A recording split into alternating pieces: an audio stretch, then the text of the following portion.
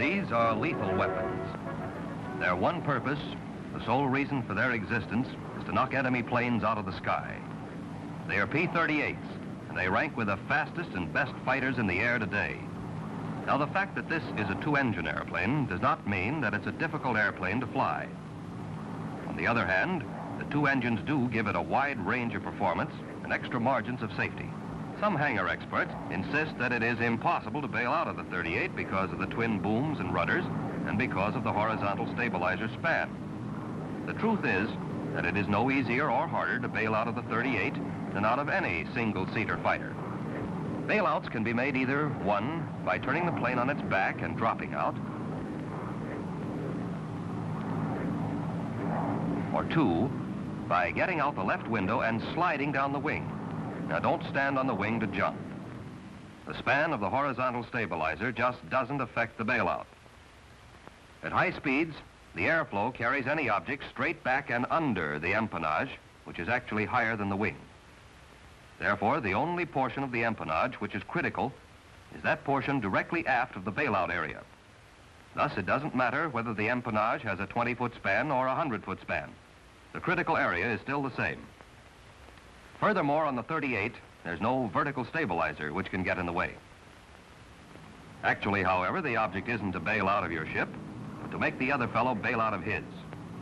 In the 38, you have a weapon which will help you do just that. It's a fighting man's airplane. Tough, rugged, reliable. Its high-speed performance is well known.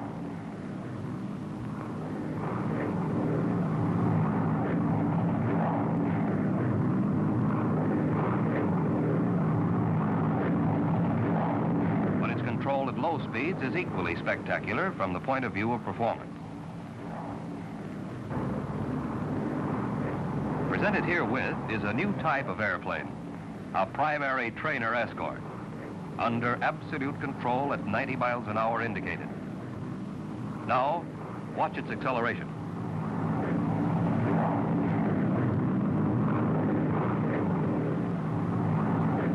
Most important of all, maximum performance makes it possible for a 38 pilot to dictate when and at what altitude he shall combat.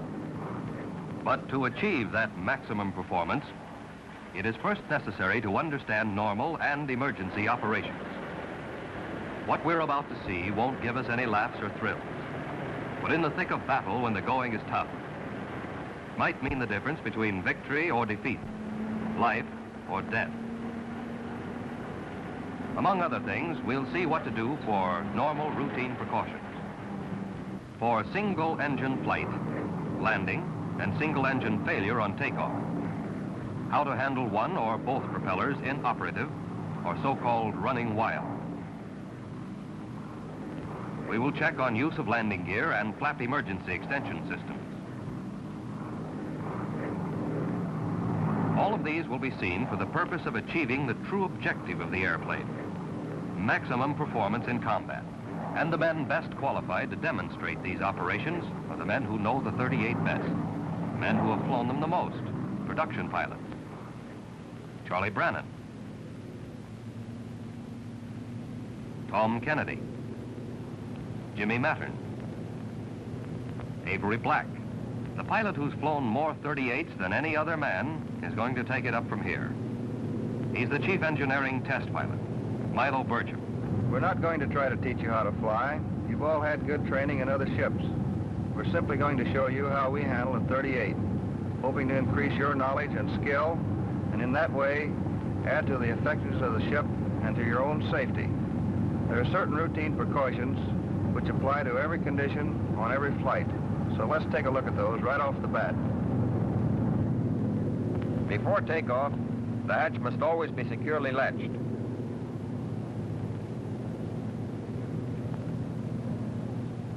Both sliding windows must also be closed all the way. With the windows closed, the airflow is normal. But if the windows are carelessly left open, the airflow is disturbed and causes the wake to hit the tail.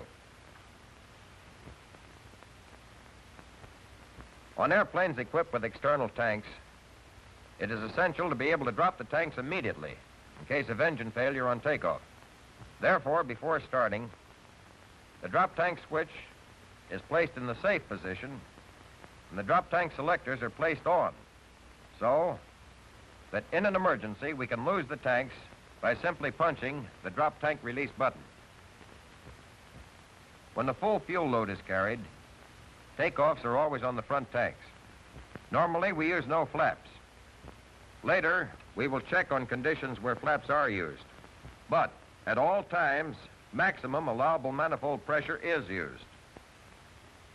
Once in position at the head of the line, and after run-up and mag check, propellers are checked in the automatic position.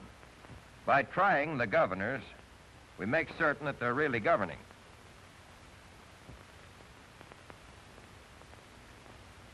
Booster pumps are switched on in order to ensure adequate fuel pressure in the event of engine fuel pump failure. Brakes are held while both throttles are advanced to get the maximum allowable manifold pressure. In this case, 40 inches. The object is to get those turbos turning so as to obtain takeoff power at the start of the takeoff run. Furthermore, by holding the brakes as long as possible, we allow the propellers to reach the governing limit of 3,000 RPM at the start of the run. In that way, if they're going to run wild, they'll do it while there's still time to stop the ship. Now, without flaps and using 40 inches of manifold pressure, the 38 starts the takeoff run. Because of the tricycle gear, however, there is no tendency on the part of the airplane to fly itself. Therefore, at about 70 miles an hour, we start to ease back on the stick. At 90 to 100 indicated, after a run of 15 to 1,800 feet, we pull back to break ground. At this point, in spite of the lack of a feeling of lightness, the airplane responds immediately and easily. Gear is upped as soon as the ship is committed to flight.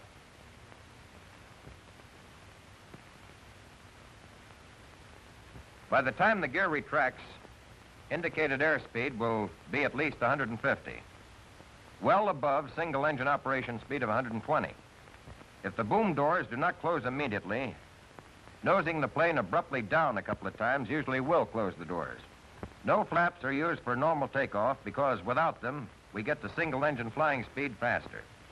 But if this tower, for instance, were an obstacle 1,700 feet from the head of the runway, a zero flap takeoff would catch it right amidships. With 50% flaps under exactly the same conditions, the airplane easily clears the tower. Airspeed will be at least 140 indicated by the time the gear retracts, which is enough speed to retract the flaps without loss of altitude.